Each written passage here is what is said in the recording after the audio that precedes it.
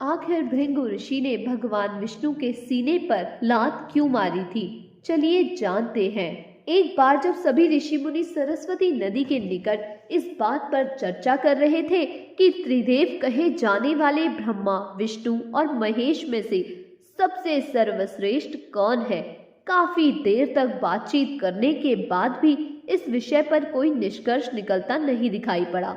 निष्कर्ष पर पहुंचने के लिए उन्होंने एक समाधान निकाला कि वे तीनों देवों की परीक्षा लेंगे। ऋषि मुनियों ने इस परीक्षा के कार्य के लिए महर्षि भृगु को नियुक्त किया। इसके बाद महर्षि भृगु सबसे पहले ब्रह्मा जी के पास जाते हैं।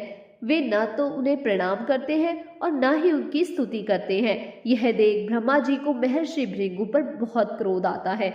उनका क्रोध इतना अधिक बढ़ जाता है कि मुख बिल्कुल लाल हो जाता है, आग जैसा। ब्रह्मा जी का क्रोध अंगारों में बदल गया।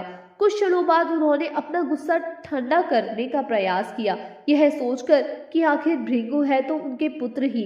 इस प्रकार उनकी विवेक बुद्धि ने क्रोध को दबा लिया। ब्रह्मा जी से भेंट करने के बाद महर्षि भृगु भगवान शिव से मिलने कैलाश पहुंचे। भगवान शिव ने जैसे ही महर्षि भृगु को आते देखा, वे प्रसन्न हो उठे और अपने आसन पर जाकर बैठ गए। इसके बाद भगवान शिव ने उनका आलिंगन करने के लिए अपनी भुजाएं खोली, परंतु महर्षि उनका आलिंगन अस्वीकार कर देते हैं और कहते हैं कि महादेव, आपने हमेशा ही धर्म वेदों की मर्यादा का उल्लंघन किया है। आप इन दुष्ट राक्षसों व असुरों को जो वरदान देते हैं, उनके कारण सृष्टि को कई प्रकार के संकटों का सामना करना पड़ता है। आपकी इन गलतियों की वजह से मैं आपका आलिंगन कदापि स्वीकार नहीं करूंगा। महर्षि भृगु के मुख से यह सब बातें सुनकर वे गुस्से में उठ खड़े होते हैं। उनका क्रोध इतना बढ़ जाता है कि वे त्रिशूल उठाकर भृगु पर प्रहार करने लगते हैं, परंतु बीच में देवी सती आ जाती हैं। फिर उन्होंने अनुनय विनय करके किसी तरह महादेव का क्रोध शांत किया। इस घटना के बाद महर्षि भृगु ने बैकुंठ धाम की ओर प्रस्थान किया। उस समय भगवान विष्णु देवी लक्ष्मी की गोद में सिर रखकर विश्राम कर रहे थे। महर्षि भृगु ने जाते ही भगवान विष्णु के वक्ष स्थल पर लात मारी।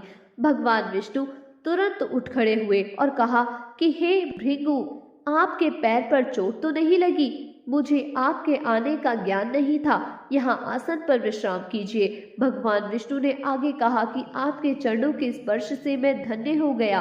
भगवान विष्णु का उनके प्रति प्रेम देख महर्षि भृगु के आंखों में आंसू आ गए। अंत में वे सभी ऋषि मुनियों के पास पहुंचे और सारी कहानी विस्तार पूर्वक कह डाली। उनकी कहानी सुनकर सभी ऋषि मुनि आश्चर्यचकित रह गए, साथ ही सभी के संदेह दूर हो गए। इस घटना के बाद से ही वे भगवान विष्णु को सर्वश्रेष्ठ मानकर उन्हें पूजने लगे। यानी वे सभी इस निष्कर्ष पर पहुंचे कि त्रिदेवों में भगवान विष्णु ही सर्वश्रेष्ठ हैं। भगवान विष्णु का निराकार रूप कहे जाने वाले शालिग्राम को पूजने से घर में सुख समृद्धि आती है। इसमें वातावरण में मौजूद सारी नकारात्मक ऊर्जा को अपने अंदर समाहित करने का साहस है और सभी सकारात्मक ऊर्जा को प्रभाव बढ़ाने की अद्भुत क्षमता होती है। तो आशा करती हूँ कि आपको हमारा ये वीडियो पसंद आया होगा। अगर पसंद आया है तो लाइक, शेयर और सब्सक्राइब करना मत भूलिएगा। धन्यवाद।